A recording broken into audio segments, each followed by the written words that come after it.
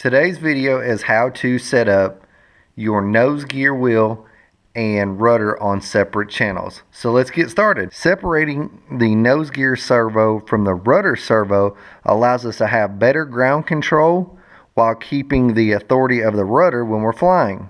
First thing we need to understand is how to set up the receiver.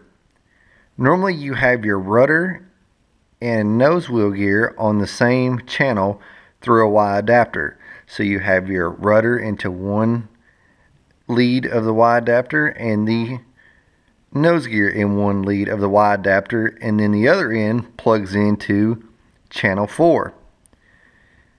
So what we need to do is take the Y adapter off of our receiver and plug in the rudder to channel 4 and our nose gear to channel 6. Go into channel assign. In this menu, we only need to do one thing, and that's go to auxiliary 2 and change that from B to inhibit. We're going to use auxiliary 2 as our channel to separate the nose gear from the rudder. So scroll down, go to inhibit. Now auxiliary 2 is freed up, and what that does is allows your nose wheel servo set to 0. And not in a minus 100 or plus 100 state. And what I mean by that is it doesn't allow it to be completely open or completely closed one way. You want the servo to be centered. That way you have adjustment left and right. We need to go to our next menu for RX port assignment. We want to change auxiliary 2 there as well to inhibit. And we want to change channel 6 to auxiliary 2.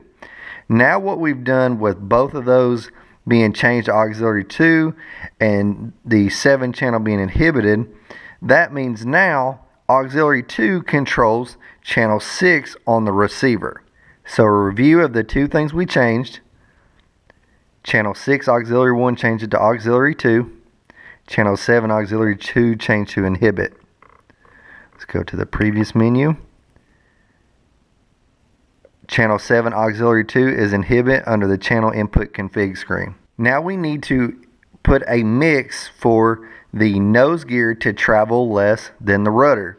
You can see I've got two servos over here. The one on the top is going to indicate our nose gear movement. The one on the bottom is going to indicate our rudder movement. So let's back up. We're going to our main screen now, our mixing screen. So go to your main screen, and then we go to mixing, scroll down to mix 1,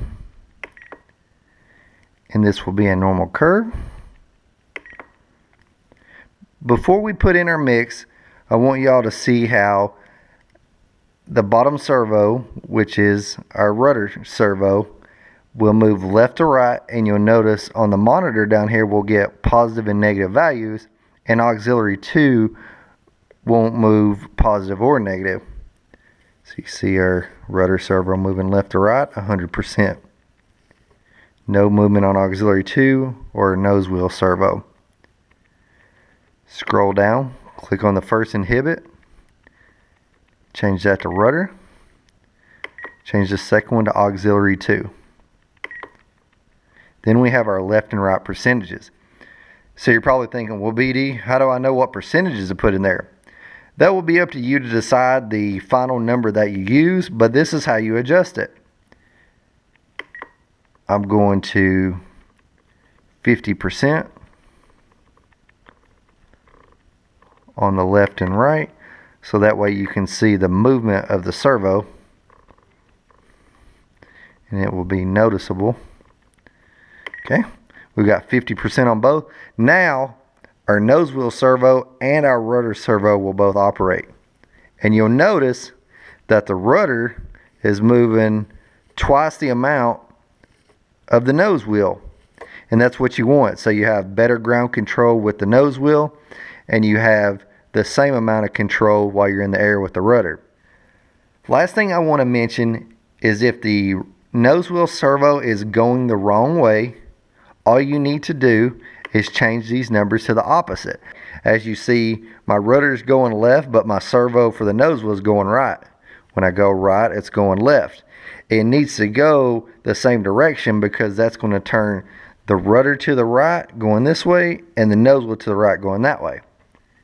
If you are using positive 50%, positive 25%, positive 75%, you know, whatever number you choose that you like how the handling is with that particular value, then you want to go to the opposite.